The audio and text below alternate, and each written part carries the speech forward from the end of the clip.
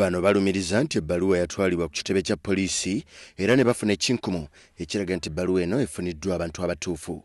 Ebbaluwa WBS TV gyerabyeko eriko ekinkumu oba giyite sitampu ya poliisi eraga nti ebbaluwa eno efuniddwa. Puliida agamba nti ebbaluwa eno yatwalibwa omu ku bakozi mu ofiisi ye era neeweebwa omukungu mu ofiisi ya poliisi etuusibwamu ebiwandiiko ebikulu byonna. Ekikakasa nti yali mu mikono mituufu. Yasavinga ng'oyita mukama waabwe waggulu era clerk yakwata empapula n'azitwala mu ofiisi ya IGP era bwe yatuukaawo waliwo kye bayita Central Registry ekkuŋŋaaniro lye barisivingiramu ebiwandiiko n'agitwalayo enkola ya Office eyo nkyojja n'ekitabo kyo kye bayita receiving book oba delivery book ne basayiningamu ne bagamba eno tugifunye ya IGP nti eno ya Nanoka, eno ya Kagwa, eno ya James Ruhweza, zonna empapula ne bazirisivinga bulungi.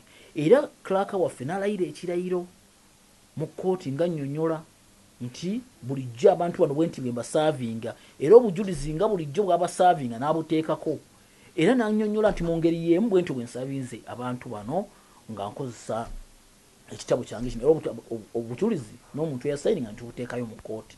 So tekibeera kituufu nti tetwasaavinga. Ekikakasa okusaavinga oba okutegeeza omuntu nti yafuna empapula z'ekkooti kye bayita affidavit of service twakiteeka mu kkooti era kati kkooti erina okusalawo n'egamba ekirayiro nkirabye mubongere okubasaavinga oba kituufu kaŋŋende mu maaso ayise ekiragiro ekibakwata.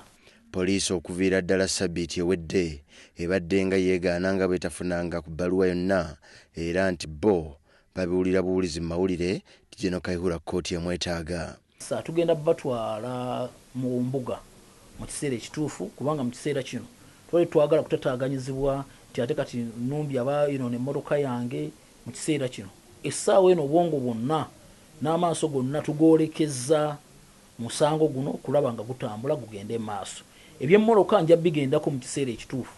Obujulizi tubukuŋŋaanyizza, abantu bafunye ab'enjawulo abaali mu kikolwa ekyo tujja batwalaganya mu kiseera ekituufu. Naye mu kiseera kino obwongo bwonna tukyaboolekeza omusango guno okulaba nga gutambula gugenda mu maaso. Ebbaluwa eno egenda kukolanga obujulizi obw'enkukunala eri abo bonna abadde batankana amazima mu kino n'ani ayogera obulimba. Omulamuzi wa kkooti y'e Makindye Richard Mafaabi yayita Gen Kayihura okujja mu kkooti okwewozaako ku misango egy'okutulugunya bannakibuga n'okusingira ddala abawagizi ba FDC. Mu kifo ky'okujja mu kkooti ku lunaku olwo, Gen Kayihura yakiikirwa abawagizi be abaakola effujjo erya buli kika okubula okulemesa kkooti okukola emirimu gyayo. Kati DPP erina kwenaazaako nziro ng'ekola ekyo nze kye nandibadde nkola. Weetuli tweyama okugiyambako wano oba wali okulaba nga tutambuza omusango ogwo kugenda mu maaso. Naye singa banaba batulemesezza omusango gwaffe ne bagudibaga mu mbeera emu oba endala, aye tujja kwekubira enduulu mu kkooti ezisingawo eza wano oba eziri emitala w'amayanja mu nsi yonna okulaba nga abantu bano betusonzeeko olumu.